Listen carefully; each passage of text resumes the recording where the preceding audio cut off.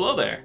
My name's theDeModcracy, and it's that time of year. No. It's not New Year's Eve. Fuck that! The Gaming Awards don't care, neither do I. Top 10 games of 2016, here we go. Number 10. Wait, what are you talking about? We don't have a number 10? What do you mean we don't have a number 10? You only played and finished 8 games this year, you bimbo. Oh. Well, in that case, fuck that. Here we go, top 8 games of 2016. Wait, so you're telling me this isn't even a top 10? No.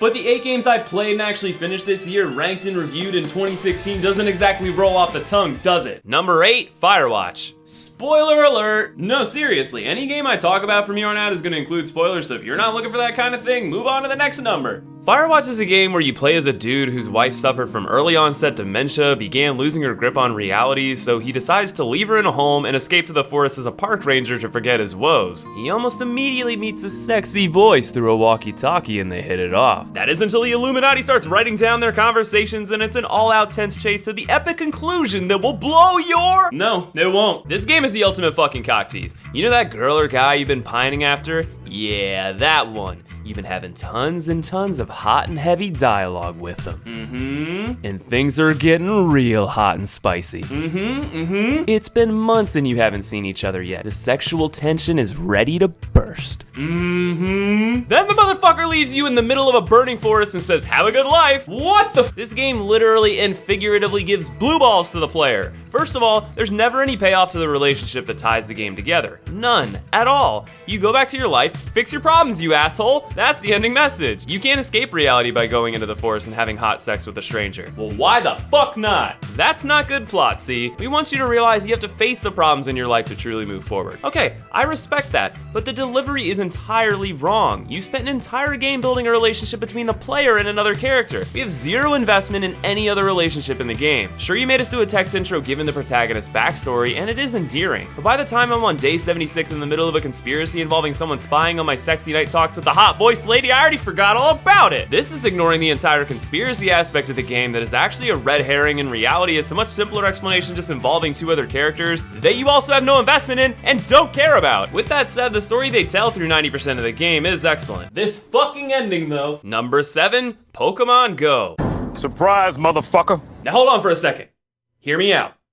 Pokemon on your phone. You had my curiosity, but now you have my attention. Let's be honest, when we heard Nintendo was going to be making games for phones, we didn't know what kind of crap to expect. When I heard about the Pokemon Go craze, I rolled my eyes so hard they did a flip. But eventually one night in the hospital while waiting to get into the ER. No, that's actually not a joke. I damaged my stomach by drinking way too much coffee on a hungover stomach, and then I thought I was constipated, so I had laxatives. Don't ever fucking do that. We're getting off topic though. Once I jumped in, I was like, oh, this game is fucking amazing. JK, I couldn't connect with the servers. But once I did, I was engrossed in the wondrous world of obsessive collecting. In all seriousness, this game is simple at its core, but it did 3 things really well. 1, it was stupid addicting. What can I say? It's a game where you run around in real life trying to catch Pokemon. Number 2, the game got me out of the house. In my first year on YouTube, I gained like 15 pounds because I would just constantly sit around in front of my computer working and I wouldn't want to get up and go do things anymore. And when I went to that ER, the nurse told me I had the respiratory health of a 35-year-old obese woman. So when this came out, I'm not joking, this game actually improved my health. You finally did it, Nintendo. No, Wii Fit was never gonna make me fit. But this game actually got me out and walking for hours a day.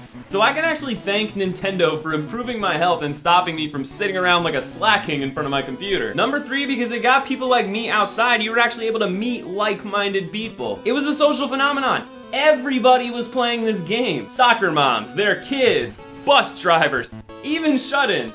Everybody was out playing this game, and it was really cool that everybody could bond over obsessively collecting pieces of data. No, the game didn't have staying power and all but a dedicated fan base has abandoned it, but I'll remember my time with the game fondly for getting healthy and meeting a bunch of awesome people. Number 6, Abzu. Oh wait, what's that? Nobody gives a fuck about Abzu?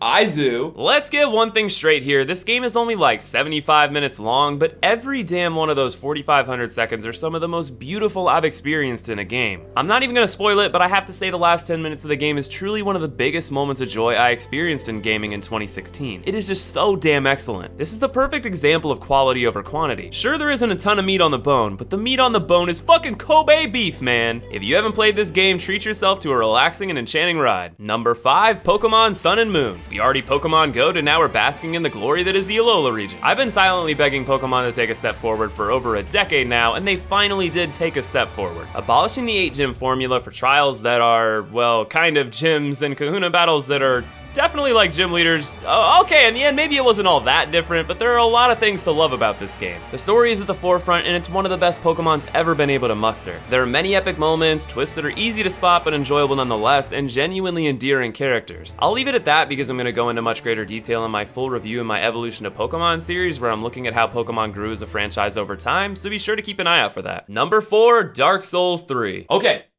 deep breaths everybody. Calm down, and I'll explain my rationale on this one. For the most part, first, the most important thing to understand is that just because I've made Souls videos for my channel doesn't mean it's the best game to me, my favorite gaming franchise, or any of that. I love Souls a lot, but that doesn't mean I can't see its flaws. Dark Souls 3 is a pretty good game. There's a lot to love about it, like the majority of the bosses being up there with the series' best, faster gameplay to hold the bridge gap between Souls and Bloodborne, and fan service that gave some great nostalgia for previous entries in the series. But at the same time, that's what it is. Something that reminds you of how good the series is, not necessarily how good Dark Souls 3 is. I eventually plan to review all the Souls games in detail and rank them once the final Dark Souls 3 DLC is out, so I won't go into much more detail here, but suffice it to say that Dark Souls 3 is a game that I quite like that also made me realize just how glad I am it's the last Dark Souls game. Doesn't make any sense? Well, you're gonna have to wait until the final DLC. Where is it from, Soft? Where? I know you didn't spend half a year on Ashes of Ariandel alone. Give me that sweet. Number 3, Inside. Have you ever heard of a little game called Limbo? Well, this is Limbo 2. I mean, it's not, because it's not related plot-wise.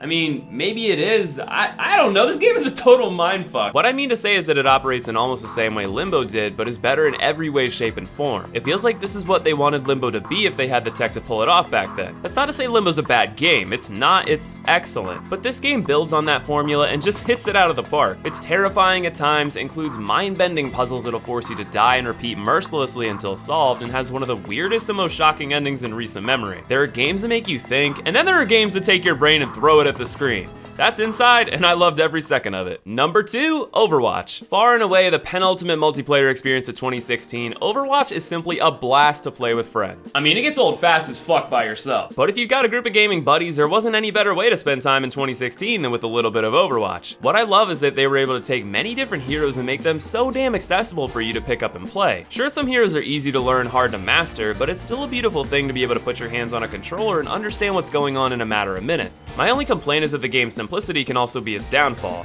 After a while, you feel like you're doing the same thing over and over and over. But that's okay, Overwatch doesn't have to be the only thing you play, and from my perspective, it's always fun to toss it in for a few games every now and again. And the number 1 game of 2016, Uncharted 4: A Thief's End. I've made it no secret that I'm an Uncharted fanatic, and I'll be honest, I thought the sequel was completely unnecessary. The first game introduces us to the cast and has them go on a harrowing adventure, which bonds us to the trio. In the second game, the stakes are raised, new players enter the mix, and the formula is perfected to give the player the ultimate gaming version of a summer blockbuster. And in the third game, after being endeared to these characters for 2 whole games, you get to look at where they came from and the relationships that tie them together, and what it means for those relationships to be put ahead of chasing adventure. It ended with Nathan understanding that Elena and Sully meant more than lost civilizations and treasure, and that life was too dangerous for those he loved. Its arc had a perfect resolution, so when I heard Uncharted 4 was on the way, I was like, hold the phone, please Naughty Dog, I love you, do not do this. Don't milk the franchise and make your first phoned-in game. Shame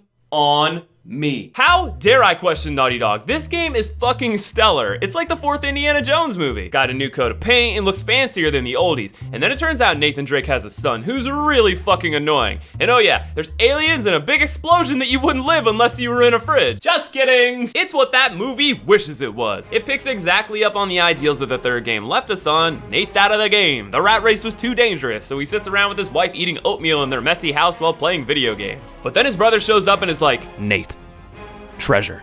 And he's like, ooh, but we can't tell Elena. Then Elena finds out and ho ho ho does she put Nate in the doghouse. And by doghouse, I mean marooned on an uncharted pirate island that houses all the biggest pirates of the world's treasures pooled into one massive ship where you have to get in a fencing match with Sir Douchebag. Then there's this one beefy chick with arms bigger than Nate's ego, epic missions out the wazoo, grappling hooks, sliding down rock slides, and of course, Sully! I'm being silly because I don't know how to put into words for you to convey just how much this series means to me. Maybe I'll finish the evolution of Uncharted once we're done with Pokemon to give you a serious take on it, but for now, I'll leave you with my opinion that there was no experience in 2016 gaming more thrilling, fun, and heartwarming than Uncharted 4: A Thief's End. In conclusion, it's really weird that I only finished 8 games this year. Normally I'd play way more, but I spent half a year playing Souls over and over and over. But the time has come for this channel to spread its wings and fly. We've got our Evolution to Gaming series where I'll be taking a look at how certain franchises in gaming evolved over time. First we're doing Pokemon, then perhaps we'll go back to Uncharted, and I look forward to doing more games in the future with you, such as Zelda leading up to Breath of the Wild and Mass Effect leading up to Andromeda. We'll probably do some spin-off top 10s and rankings as it makes sense as well. I speedrun games on Twitch, so every now and again I'll upload a run here on YouTube so you can see what I'm up to over there and get tips on how to run games yourself. And finally, I'm happy to announce the last thing I'm going to be covering on my channel moving forward. Since I apparently don't get the opportunity to play games very often, every now and again I'm going to play a game with you guys on YouTube. I'm not going to make this a super frequent thing because I know Let's Plays are common on YouTube and I don't really want it to take precedent over the other content that I'm making, and I don't want to have too much on my plate, but at the same time it is going to be nice to go on a narrative-focused adventure with you guys every once in a while. First up, we're playing The Last Guardian. I feel it's only appropriate after my Shadow of the Colossus review, and I am so excited to play that game after all these fucking years of waiting. If any of this sounds interesting to you and you're new to the channel, I encourage you to subscribe. And if you like the video, I encourage you to leave a like below. With the new YouTube system being weird as fuck,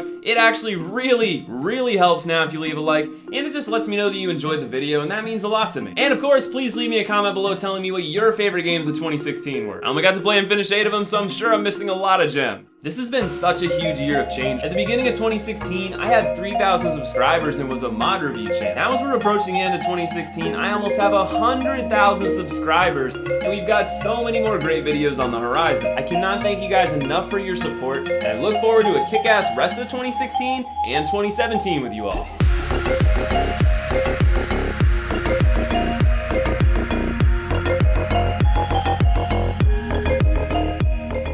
Cut, that's a wrap.